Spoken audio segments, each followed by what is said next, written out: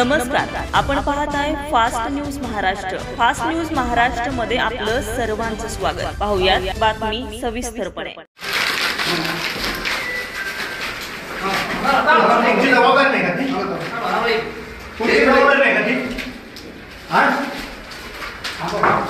तुम्हाला नुसतं हप्ते गोळा करता येतात का? रॉयल्टी किती झाले, रॉयल्टीचे पैसे, पवन चक्कीचे पैसे, याच्या संदर्भात तुम्हाला फक्त हप्ते गोळा करता येतात।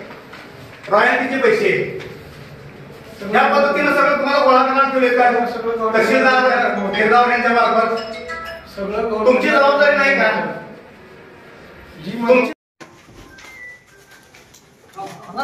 तुमची जबाबदारी नाही का ती? तुमची जबाबदारी नाही का ती? तुम्हाला नुसतं हप्ते गोळा करता येतात का? याच्या संदर्भात तुम्हाला फक्त हप्ते गोळा करता येतात।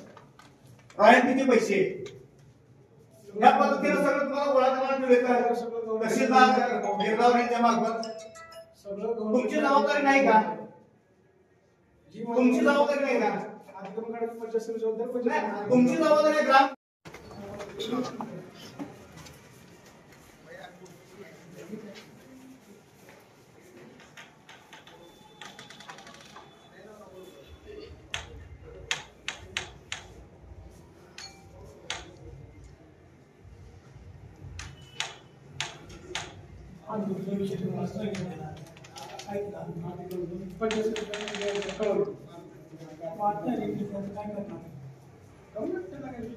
साहेब, तुम्हाला 16 तारखेपर्यंत मुदत दिली होती।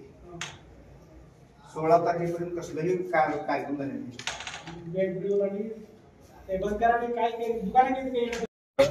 अंदूरमध्ये तीर्थक्षेत्र विकास योजनेतून काम चालू आहे। त्या कामामध्ये रस्त्याच्या कामाला अडथळा येतो। तिथं अतिक्रमण झाले, गायरान जमीन आहे। रस्त्याच्या दोन्ही बाजूला सर्वे नंबर 155 गायरान जमीन आहे आणि ती तहसीलदार साहेबांच्या अखत्यारीत येते ती जागा। त्या संदर्भात मी ग्रामपंचायतला पत्र दिलं होतं, जिल्हाधिकाऱ्याला पत्र दिलं होतं आणि तहसीलदारला साहेबांना पत्र दिलं होतं। 10 तारखेला पत्र देऊन त्यांना मी 16 तारखेपर्यंत अतिक्रमण काढा असं म्हणलं होतं। जर नाही झालं तर मी 17 तारखेला आत्मदहन करणार असा इशारा दिला होता। पण गेल्या 8 दिवसामध्ये तहसीलदार साहेबांना थोडीही वेळ मिळालेला नाही। ते कसं झालंय माहिती आहे का? एक साखळी आहे तहसीलदार साहेबाकडं। तहसीलदार गिरदावर यांच्या मार्फत मलिदा खाण्याची एक साखळी आहे। त्या साखळी मार्फत त्यांना फक्त मलिदा पाहिजे।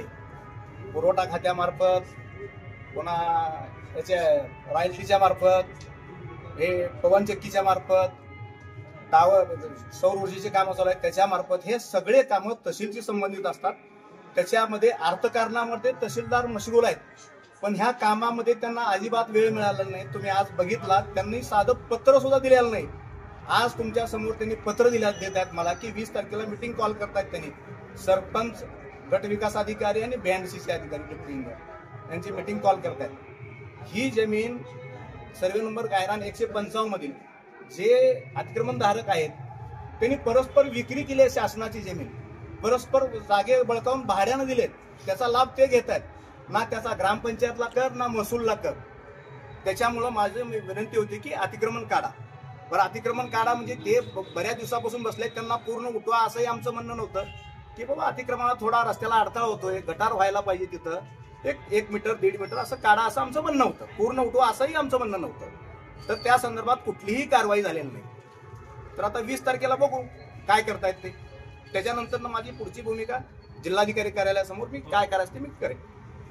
ताज्या आणि नवनवीन घडामोडी पाहण्यासाठी आजच आमच्या फास्ट न्यूज महाराष्ट्रला लाईक करा, सबस्क्राईब करा आणि बेल आयकॉन प्रेस करा। पाहत रहा फक्त फास्ट न्यूज महाराष्ट्र।